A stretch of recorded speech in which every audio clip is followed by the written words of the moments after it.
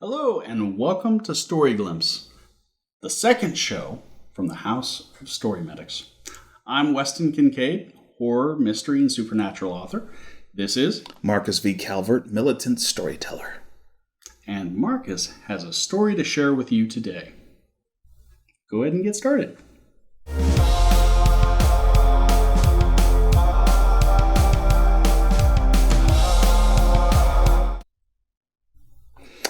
I call this one an Aliens Rant.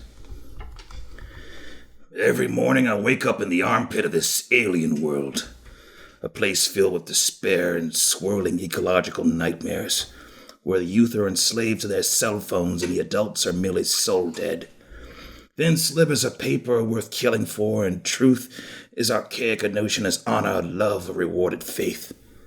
To be banished here was bad enough, but Jersey? My crimes weren't many, hardly any. In fact, my only sin was to openly insult Greytack the Fourth. May his mandibles catch fungus and rot. The fool of an emperor was leading our proud imperium into ruination. I warned him, as any faithful advisor would have done. In his rage, Greytack stripped me of my rank, had me altered into a filthy human, and stuck me here, New Jersey. That I worked in a car wash was merely the final insult upon my honor. Jersey should mean hell. Instead, it meant shirt. Why humans would name a state after a shirt bothers me less than their very existence. The hidden goddess would shower me with blessings for destroying such a fractured world. So many cultures, religions, ideologies. Maddening. All I'd have to do was become president. Once in control, I could start an all-out nuclear war and erase all life on this world. Tempting, but messy.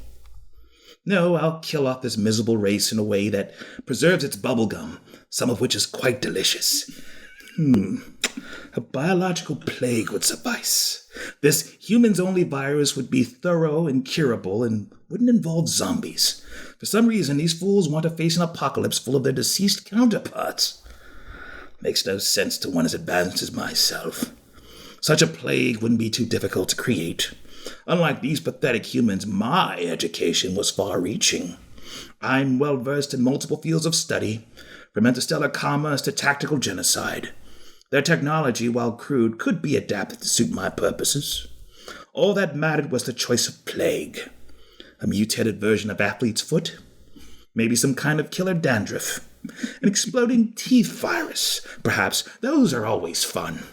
Well, whatever pathogen I chose, most of the ingredients could be found in the local Circle K. Anything I couldn't build myself could be ordered from Amazon. Naturally, I'd have to inoculate myself and anyone worth saving, like Oprah. Then maybe, just maybe, I could turn this overpopulated backwater into something more suitable. Freed from the idiocies of intergalactic tyrants or Chuck E. Cheese, I'll reshape this world into my image.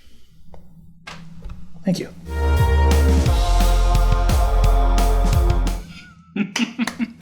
Good job.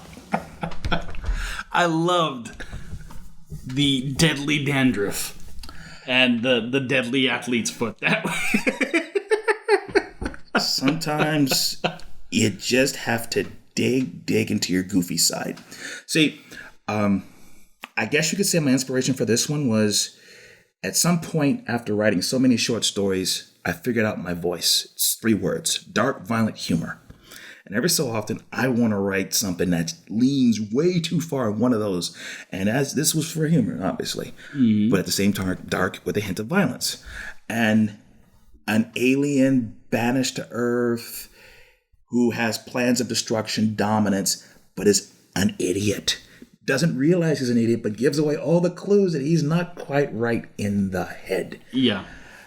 Jersey was hard. I don't know where that came from, but it was hard.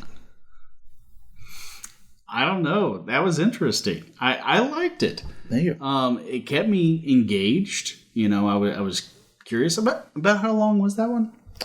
Lengthwise?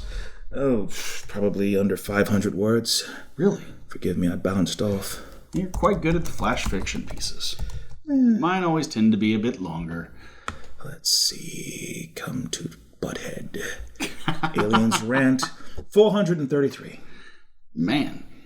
And that took some slicing and dicing. I would not recommend to try to get it to an exact round number. You'll just drive yourself crazy. Just first person, keep it short, keep it sweet, keep it weird. Unless they're shooting for a particular target. I have been published in flash fiction anthologies that were literally 100 words. You had to have it on the nose, 100 words. So, I mean, in those cases, the publisher's going to determine what you have to meet. But avoid them. That's what the body language would imply. For those of you who don't know what that means, avoid who? Publications with 100 words, exactamundo. That's something you do after too many margaritas. That's something you do when you want to test yourself for some obscure reason. But the thing about a precision tactical flash fiction piece is you can put that bad boy on the phone, whip that sucker out in a public setting, and have people realize, okay, maybe you have talent. What else do you have? You're not supposed to whip those things out in public. I didn't go there, but I knew he would. Okay.